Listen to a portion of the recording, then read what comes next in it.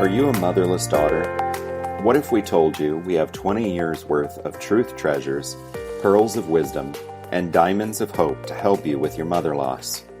We do, and we share all things mother loss on Nurturing Words, Voices of Experience, a podcast by the Motherless Daughters Ministry. Give yourself self-care and listen as we discuss grief, regret, anger, redemption, closure, and so much more. Hello, welcome to episode 32. I'm your host, Gladys Bell, and today we have the opportunity to hear the rest of the story from Dottie Menkhaus, author of The Best Seat in the House. First, let's join her as she shares her blog. My mother passed away when I was 16, and consequently, she has missed all of my achievements in my adult life. She wasn't at my high school graduation. She wasn't there to see me graduate with top honors from Cincinnati State. She didn't see me finally achieve my dream of graduating from Miami University. She missed seeing me get a job, return to school, and graduate again with another degree from Cincinnati State. She wasn't there to see me get a job at the top flavor company in the world. My Nana and Auntie Cheryl were there. My Nana attended my high school and college graduations. My auntie, who loved sending cards in the mail, sent cards from San Diego with notes of congratulations. When I had difficulty finding a job after graduation, my Nana and Auntie were there with encouraging words. They believed in me and knew I would find a good job. When I finally did get that job, they were so proud. A few days later, there was a card in my mailbox for my auntie. She was so happy I got the job, and that I could now visit her in San Diego. I lost my Nana in 2017, and then Auntie Cheryl in 2018. Today, I accepted a job offer at the company I work for.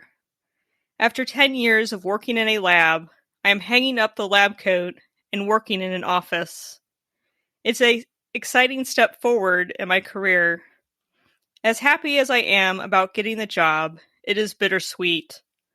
The ones I most want to tell my exciting news to, I can't. I can't pick up the phone and call Mom. I can't call Nana or Auntie Cheryl. I won't be getting a card from San Diego in the mail this time. I feel empty. I wish God would make a phone line to heaven. When Mom was dying, she told me that she would have the best seat in the house for my graduation. Even though I couldn't see her, she watched with the best view. She was present at every graduation. She was present when I got my first job. Today, when I got my job offer, Mom, Nana, and Auntie Cheryl had the best seats in the house. They watched as it happened. I have to remember that even though I can't see them, they can see me. They are present, always. We're going to take a short break to tell you about a resource, and when we come back, we'll continue our discussion. Did you know, as a motherless daughter, you have a story to tell? Your loss, your grief, your anger, your pain all deserve a voice. You deserve a voice. Motherless Daughters Ministry has a blog on our website, and this is where you can make your voice heard, and we want to help you with that. You can write under a pseudonym, remain anonymous, or use your real name, whatever you are most comfortable with. The good news is you don't have to be a professional writer. You just have to remain authentic, and your authenticity is what will capture the hearts and minds of motherless daughters around the world. Not sure what to write about or where to begin? Check out our blog on our website to get started. Just visit motherlessdaughtersministry.com and click blog on the top bar menu.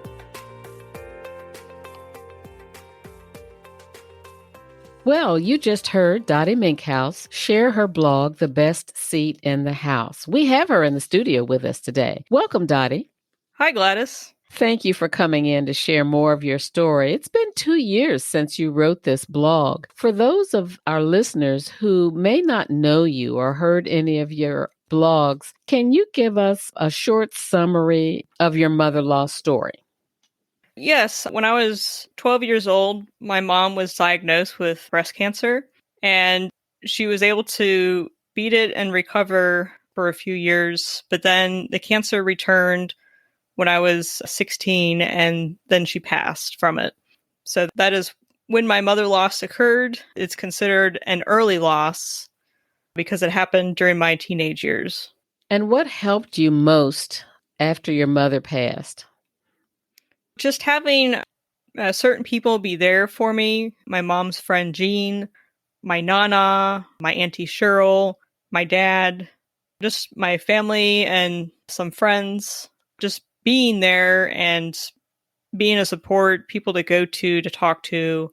And during our mother-in-law's workshops and classes, we talk about the importance of support and who was there for you. And in your blog, you mentioned a lot about your Nana and your Auntie Cheryl. And you also mentioned in the blog that they passed in 2017, and 1 year later, the other one passed. So since they played such an important part in your support after your mother passed, how did you handle it after both of them passed?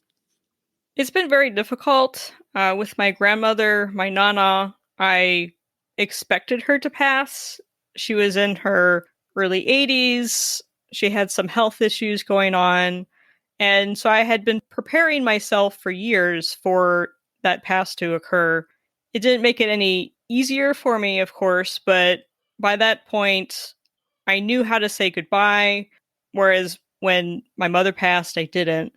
And sometimes with expected loss, I don't want to say it's easier, but you expect it to happen. You may prepare yourself a little more for it, and but that didn't make it any less sad. I still was very sad for that loss, not having that close reminder to my mother, because her and my mom shared a lot of common interests, and I could see my mom's face in her face, and some of her mannerisms and the things she would say.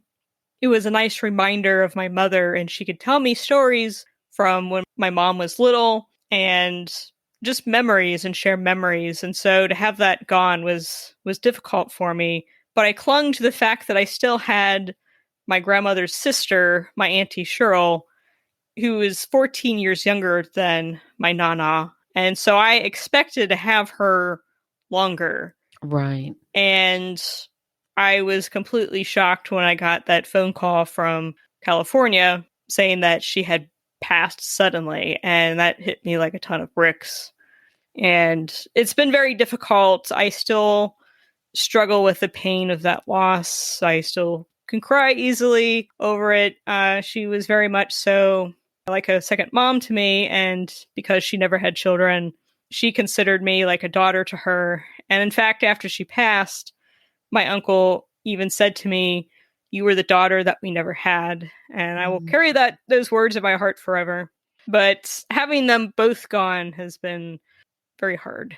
And that's a testament to the fact that regardless of our age, loss is difficult. Grief is hard. And you were of a different maturity level when you lost your Nana and your Auntie Cheryl, but it didn't make it any easier. It's an illustration of how difficult grief is regardless of your age. Now, I know a little bit about your story, but share with our listening audience some of the legacy that was left for you by your mom that really has helped you throughout the years? Well, when my mom was in hospice during the short time that she was there, we had started writing in a memory book, and people would help my mom fill it out, ask her questions as they sat and visited with her, and would write down her answers. But my mom also wrote letters. Well, she didn't really write, she dictated them because she didn't have the strength to write at that point. She could barely even have the strength to speak and would have to take a lot of rests and breaks in between. But she had someone type up letters that she left for me to open for my 18th birthday, high school graduation, college graduation, which she actually put on there Miami graduation because she knew that was my dream to graduate from Miami University. So she actually titled it Miami Graduation. And because she knew where I'd end up. And also one for my wedding if I ever get married. And so those are the letters she left for me. And I actually want to share the one that she wrote in high school because it ties in with this blog. It says, graduation day 2005. Dear Dottie Joe, I probably have the best seat in the house for this too. I will see you get your diploma, and I hope you have gotten into Miami University. You are now on your way. I am very proud of you with all that you have accomplished. I know getting into Miami will be a piece of cake, so I am not worried about it at all. Remember to choose friends wisely and work hard toward your goals. I love you very much.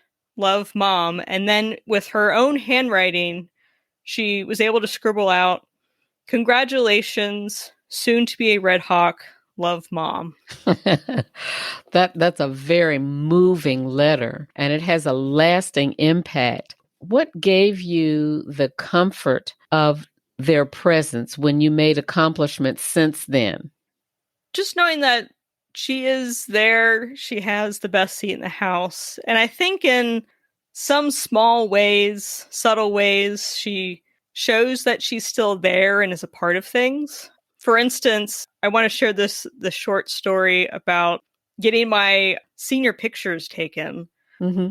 In the summer between junior and senior year, you get your senior pictures taken and it's a big deal. And I was wanting to wear my senior class ring, which is, gold ring. And I graduated from Coleraine, so the color was red. It had a garnet in it. And so I was looking everywhere for it. And, I know this ring was expensive, so I always made special care to not lose it. And I couldn't find it anywhere. I was looking and looking. I wanted to wear it in my pictures. Right. Could not find it. So I wanted to wear a class ring. So I ended up wearing my mom's class ring, which she graduated from Mount Healthy, and their colors are black and red, whereas Coleraine is red and white. So her stone had a black onyx in it. So it was black. Mm-hmm. And, my pictures, I'm wearing this black ring, not even my school colors, or anything. And then a few months later, I went on a mission trip, youth mission trip to Juarez, Mexico. And I know I had to have washed those clothes before I packed and took it. And, I was wearing some pants or shorts or something. And I put my hand in my pocket and pulled out my class ring and Juarez, Mexico. And I can't help but think that somehow my mom orchestrated or something for me to not find that ring so that I'd have to wear hers and she could be part of my pictures. I mean, I can't think of any other way, but she did have the best seat in the house. She did. And I think she just wanted to be, because she couldn't be here with me. Yeah. I think on her side, she was able to find some way to, well, if I can't be there, I'm going to be in your pictures with my ring, So I still can't believe pulling out that ring in Mexico. And then I had to really try not to lose it in Mexico. Well, there's such a rich history for you. And there were so many things that among your family members, you were able to accumulate that have supported you. In speaking to our audience, can you share some of the things that have had a lasting impact for you and given you comfort over the years, things that have lasted through all of the changes that you've endured?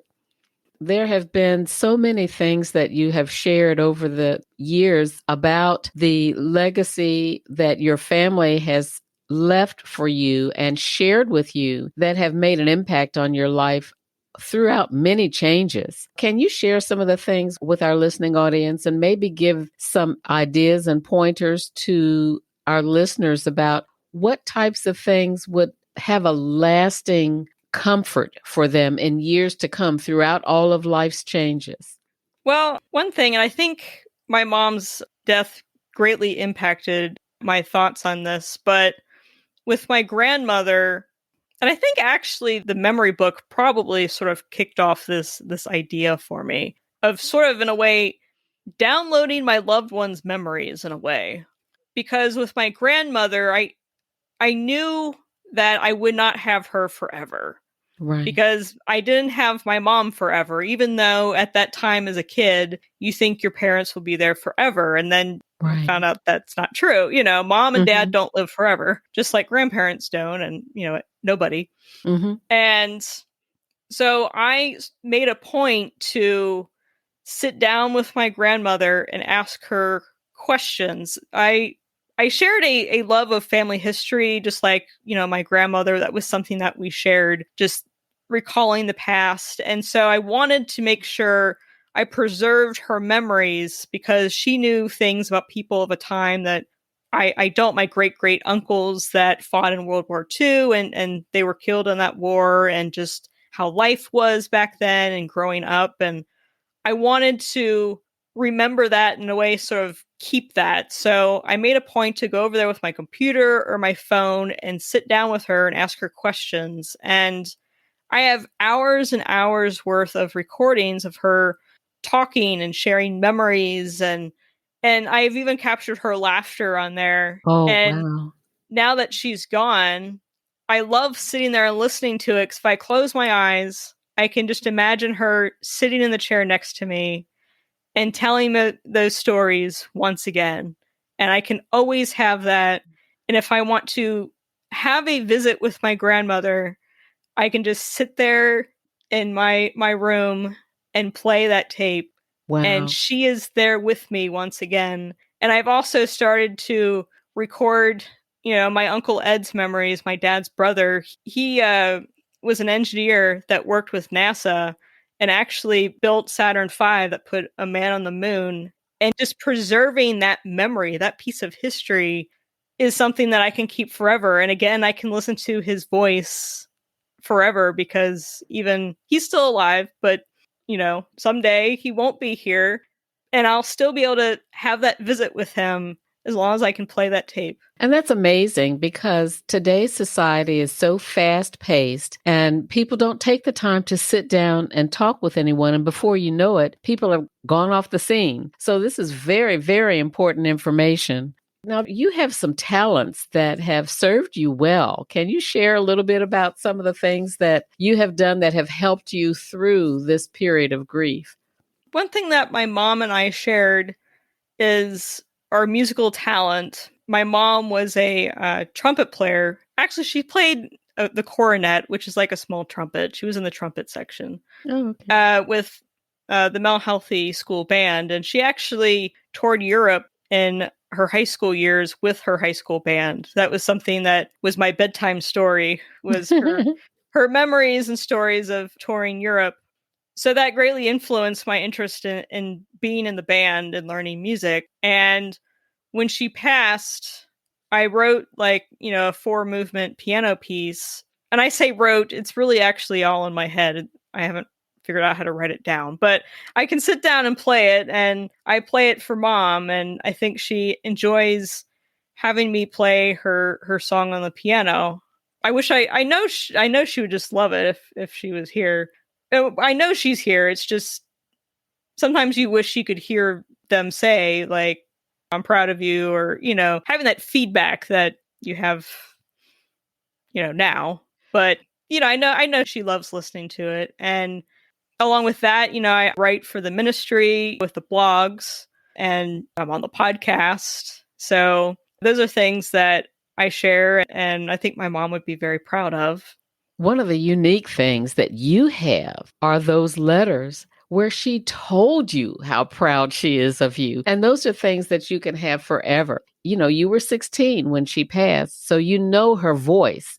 And with the letters, just like with the recordings that you have, you will always have her with you. And she really has had the best seat in the house. Yes, she does. And along with, my mom's letters, I have my auntie's cards. So I've actually saved them over the years, and I have a box of her cards where she's saying that she's proud of me. And, the card she sent when I got my driver's license and when I got my big job, just seeing her signature and the well wishes she wrote me is touching. And I want to share this other thing. One of my coworkers in my office reads my blogs, and when she read this blog, she told me that, because I would talk about my aunt all the time at work, and people always knew that, in the summertime, I was going to go visit her in San Diego. So all my coworkers knew this. And so when they heard that my aunt died, had passed, they knew how much that hurt me. And so my office friend said that, when I read that, I thought about sending you a card, because I knew that you would miss getting a card from your auntie. Aww. And she said, but I was afraid, I would overstep there. But just her saying that really touched my heart, that she just thought about it. That really meant a lot to me in that moment, that she even thought about it, like, oh, Dottie's missing her auntie. Maybe I should send a card. That really touched my heart. And just even having that support of people around you at work and your friends and stuff that recognize that you've had a loss and that you're missing a piece of something, and just wanting to be there and support you really means a lot. This is a great reminder in this day and time when we depend so heavily on the internet, that when someone is thinking of another person and their loss or their agony, that when they consider sending a card or sending a greeting, err on the side of the positive and go ahead and send that card, because sometimes, as Dottie has just mentioned, that can mean everything in someone's day. And where people are getting away from sending things in the mail, this is a great illustration of how important it is to send that note, or to let someone know how much you are thinking of them and how much you care. Support is everything on this grief journey, and so many of us are on that pathway. And the support is crucial in getting through grief. Well, Dottie, is there anything else you'd like to share before we close out? This has been amazing to have you in the studio today to talk about this blog. Well, I just want to say that, even though I don't have my mom physically here, I do believe that she is always here with me in spirit, along with my auntie and my nana. And I think they do sort of give me guidance and assurances that they are here in small and subtle ways. And I think they are all proud of me. Sometimes I wonder what my mom would think about, where I ended up in my career and, what I do. But I think she would just love it and just be supportive and just be interested in, like, the things I do at work and things I've gotten to do in my career. But she does have the best seat in the house. They all have the best view. Mom could come to work with me if she wants, and see exactly what I do every day in the office and in the lab. So I think they do have the best seat in the house, and they're always with you. And those of you who have lost, your mom or other loved ones, know that they're always with you, always. Well, Dottie, we have certainly appreciated your being in the studio today, and we want all of our listening audience to know that we are so grateful for your participation in the Motherless Daughters Ministry. Part of our journey is reaching out to help others. And Dottie has been a wonderful contributor to our blog writing library. She's participated in the ministry in several different areas as a volunteer. And so her legacy is going out and reaching others. And part of our healing comes in helping others. And so we are very grateful to have your participation in the ministry. We are so thankful to have you on our team. And thank you for being here this afternoon. Thank you, Gladys. We are so glad that you joined us today, and we hope you join us for our next podcast. And we hope that you have a wonderful day. Thank you so much for joining us here at Motherless Daughters Ministry. This podcast, Nurturing Words, Voices of Experience, was created for you. We really mean that. And it means so much that you are listening today. We want to have you back with us again and again, so don't forget to hit the subscribe button so you never miss an episode.